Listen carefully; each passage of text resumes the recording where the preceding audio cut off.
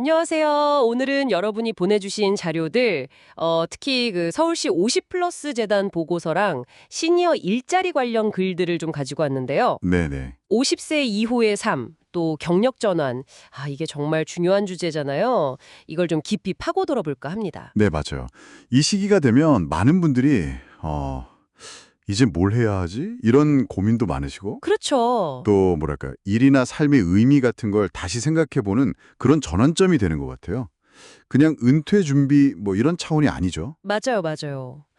그래서 오늘 저희는 이 자료들을 보면서 50 플러스 세대가 실제로 어떤 경험을 하고 또 심리적으로는 어떤 변화를 겪는지 그리고 이 과정을 좀 잘 헤쳐나가려면 어떤 현실적인 지원이나 전략이 있을까 네네. 핵심만 딱 뽑아서 여러분께 명확하게 전달해 드리는 게 목표입니다. 준비되셨죠? 네.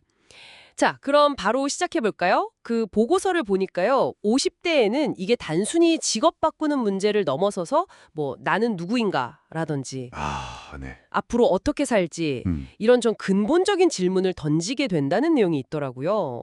상당히 인상 깊었어요. 그렇죠. 그 심리학자 칼 융도 인생 후반기에는 외부 세계만큼이나 자기 내면에 귀 기울여야 한다고 했거든요. 네. 그러니까 과거의 역할이나 성공만으로는 뭔가 좀 채워지지 않는 느낌?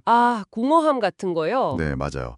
빅터 프랭클리 말한 실존적 공허 같은 상태를 경험하면서 삶의 의미를 다시 보게 되는 거죠. 음. 그래서 자료들을 보면 그냥 쉬는 것보다는 뭔가 나의 존재 의미를 찾을 수 있는 일을 계속하려는 경향이 보여요. 그게 뭐 봉사든 새로운 직업이든 형태는 다양하고요. 그럼 실제로 진로를 전환하는 과정은 좀 어떻게 진행되나요? 보고서에 나온 사례들을 보니까 좀 비슷한 패턴 같은 게 보이는 것 같던데요? 네, 크게 보면 한 4단계 정도로 나눌 수 있을 것 같아요. 처음엔 정체기, 기존 역할에 좀 한계를 느끼면서 심리적으로 위기를 겪는 시기고요. 네. 그 다음이 이제 도전기, 뭔가 새로운 걸 배우거나 뭐 자원봉사를 하거나 자격증을 따거나 이런 시도를 하면서 자신을 돌아보는 거죠. 탐색하는 기간이군요. 그렇죠. 그러고 나서 재규정기에는 자신의 역할을 새롭게 딱 정의하고 일에서 어떤 가치를 찾을지 발견하고요. 네. 마지막 확립기에 가서는 이제 좀 중장기적인 비전을 세우고 새로운 정체성을 딱 다지는 거죠. 어떻게 보면 성장 과정 같기도 하고요. 와, 듣고 보니 그러네요. 그 사례 중에 IT 경력 쌓으신 분이 해외 봉사 갔다가 돌아와서 직업 상담사 자격증 따고 100세 인생 플래너를 꿈꾸신다는 권 부장님 사례. 네네, 있었죠. 또 연구원에서 퇴직하고 상담 공부 시작해서 전직 지원 전문가 되신 이상담님 사례도 그렇고.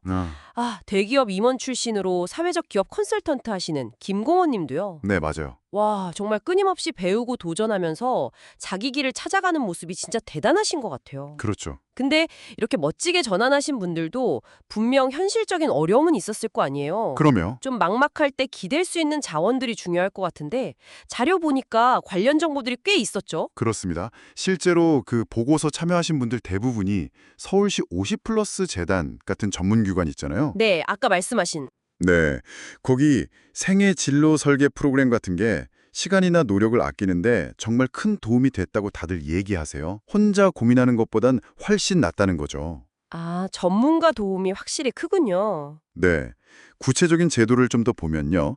만 60세 이상이시면 노인 일자리 여기라는 웹사이트에서 정보를 찾아볼 수 있고요. 네. 또 15세부터 69세까지는 국민 취업 지원 제도라고 해서 취업 지원금이나 상담을 받을 수 있어요. 오, 연령 폭이 넓네요. 그렇죠. 그리고 40세 이상 중장년이라면 전국에 35곳 정도 있는 중장년 내일센터, 여기도 활용해 볼 만하고요.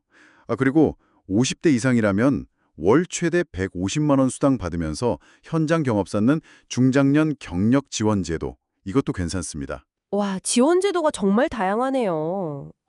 그리고 기술 배우는 데는 역시 국민 내일 배움 카드, 이거 빼놓을 수 없죠. 네, 맞아요. 최대 500만 원까지 지원되고 만 75세까지 쓸 수 있다니 와 정말 유용하겠어요.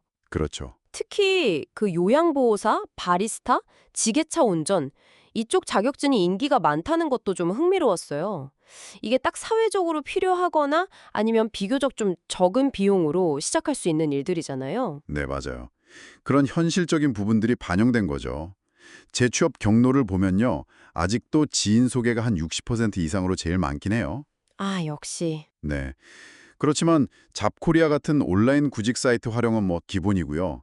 요즘엔 큐리어스처럼 5060 세대에 딱 특화된 온라인 플랫폼도 있더라고요. 아, 그런 것도 있어요? 네, 거기서 새로운 분야를 찾아보거나 아니면 소상공인 진흥공단이나 중장년 기술 창업센터 같은 곳 지원받아서 창업에 도전하는 분들도 점점 늘고 있고요. 창업이요. 와. 네, 근데 창업은 정말 철저하게 준비해야 한다고 자료들에서도 계속 강조하고 있어요. 쉽지 않죠? 그렇죠. 준비 없이 뛰어들면 안 되겠네요. 그럼 경험하신 분들이 공통적으로 하시는 조언 같은 거 좀 정리해 보면 준비 없이 시작하지 마라. 그리고 진짜 좋아하는 일을 찾아라.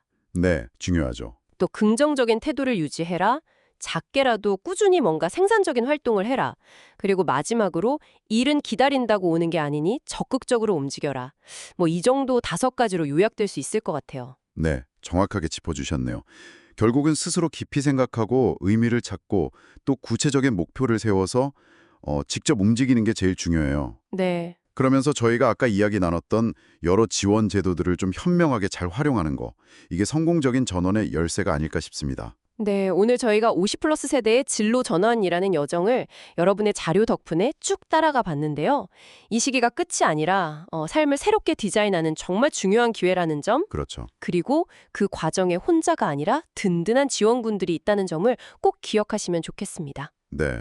오늘 나눈 이야기들이 여러분 각자의 상황에서 다음 단계를 고민하시는데 좀 작은 실마리라도 되었으면 좋겠네요. 마지막으로 여러분께 질문 하나 던지면서 마무리할까 하는데요. 만약에 시간과 돈에 정말 아무런 제약이 없다면 남은 인생 동안 진짜 해보고 싶은 일 아니면 꼭 배우고 싶은 것 혹시 있으신가요? 그리고 그걸 이루기 위한 첫걸음으로 오늘 당장 아주 작게라도 실천할 수 있는 행동 하나는 뭘지 잠깐 생각해 보시는 건 어떨까요? 저희는 다음 시간에 더 흥미로운 탐구로 돌아오겠습니다.